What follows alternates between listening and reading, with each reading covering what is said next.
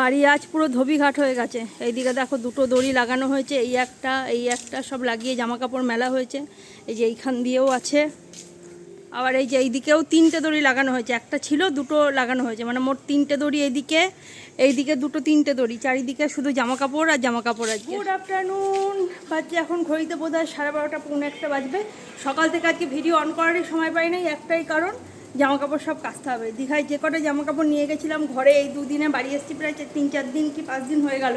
যেটুকু যে জামা কাপড় হয়েছিল সব আজকে কেচে ফেলেছি। রোদ খুব একটা বেশি নাই, কিন্তু তবুও রাখি নাই যে না কেচেই ফেলবো, কাচলে ঠিক শুকিয়েই যাবে। কেমন আছে তোমরা সবাই? আশা করি সবাই তোমরা খুব ভালো আছো, সুস্থ আছো।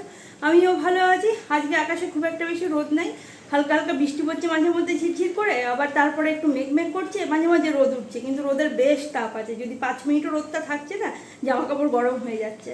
আর এইখানে রান্না চাপিয়েছি, আর আজকে সব কাঁচা ধোয়া করে স্নান করে তারপরে এসে রান্না চাপি। এখানে রান্না বান্না সেরে সব টেবিলে নিয়ে চলে এসেছি। ভাতও নিয়ে এসেছি, কারণ আজকে আছে ভাতের সেদ্ধ।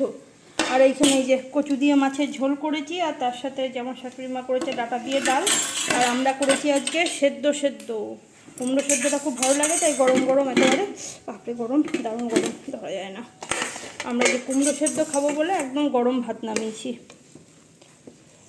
কুমড়ো সেদ্ধ দিয়েছি, আর শুকনো লঙ্কা ভেজে রেখে এসেছি কড়াইতে। আগে থেকে তুলে আনলে শুকনো লঙ্কাটা বর্ষার দিন তো মেয়ে যাবে। আজকে ছিল রবিবারের বিকালবেলা, মেয়েকে ক্লাসে দিয়ে দুজন মিলে চলে এসেছি এখন স্মার্ট বাজারে গিফট কিনতে।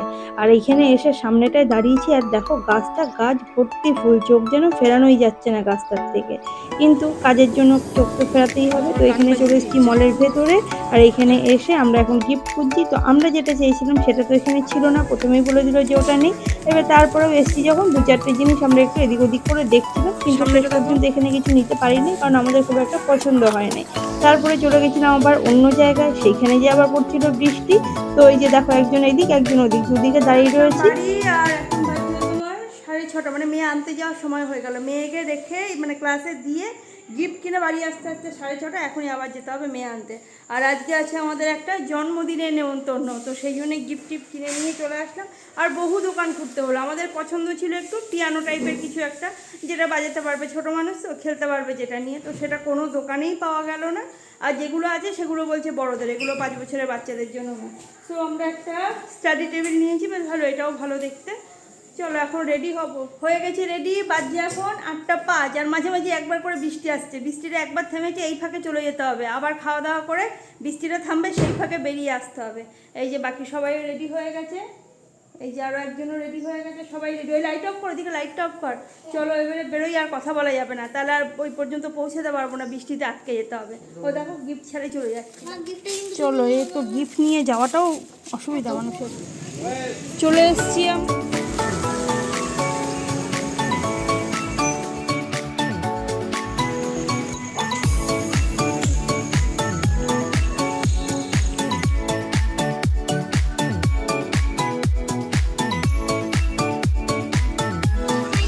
জামা ছেড়ো কিছু হবে না, জামা ছেড়ে দাও।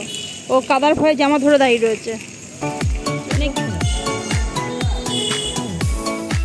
ফাইনালি আমরা পৌঁছে গেছি, আর এখানে এসেই দেখছি মোটু আমাদের জন্য অপেক্ষা করছে। তো মেয়ের সাথে হ্যান্ডশেক করে নিল। চলে এসেছি আমরা রুমের ভেতরে, আর এখানে এসে দেখছি কেক কাটা হয়ে গেছে, আর সবাইকে দিচ্ছে কেক। তো আসতে না আসতেই আমরা কেক খাওয়া শুরু করে দিয়েছি।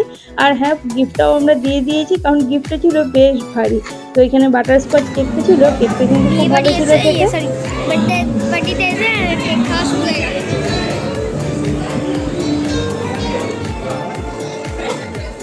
আর এখানে ঢুকে দেখছি স্টলও আছে, পকোড়ার স্টল আছে, ফুচকার স্টল আছে, আমপান্নার স্টল আছে।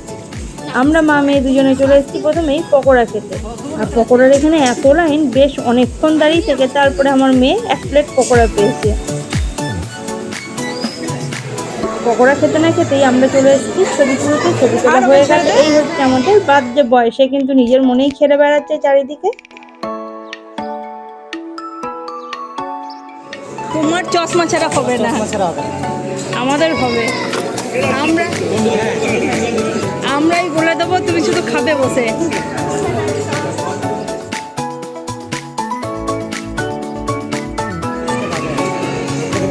বসে পড়েছি আমরা এখানে খেতে, আর বৃষ্টির ভয়ে আরও তাড়াতাড়ি বসতে হয়েছে। একটু যে বসবো সবার সাথে কথা বলবো সেটা আর হচ্ছে না, বৃষ্টির ভয়ে মনে হচ্ছে কতক্ষণে খেয়ে বাড়ি যাব।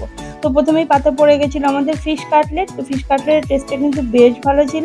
তারপরে চলে এসছে এখন fried rice, chilli chicken. Chilli চিকেনটাও আমার খেতে খুব ভালো লেগেছে, বেশ ঝাল ঝাল টক টক।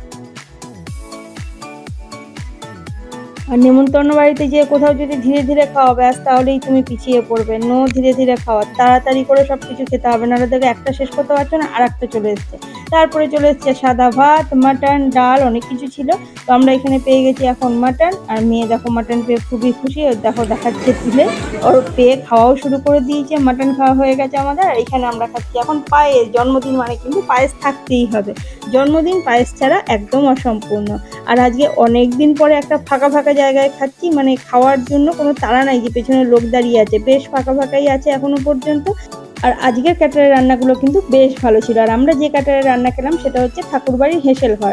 আর এই যে দাদা সামনে দাঁড়িয়ে আছেন ইনি হচ্ছেন ঠাকুরবাড়ির হেসেল ঘরের ওনার। উনি এসে আমাকে বলছেন যে আমি আপনার ভিডিও দেখি। দেখো, কেউ যখন সামনে এসে বলে আমি আপনার ভিডিও দেখি, তখন তো প্রচুর প্রচুর ভালো লাগে। কতটা ভালো লাগে সেটা ঠিক বোঝাতে পারবো না, কিন্তু তার সাথে বেশ অনেকখানি লজ্জাও লাগে। তো হয়ে গেছে আমাদের এখানে খাওয়া দাওয়া, আর এখান থেকে আমরা বেরিয়ে পড়েছি। আর রাস্তায় কি এত বৃষ্টি হয়েছে, দেখো একদম সমুদ্র হয়ে গেছে।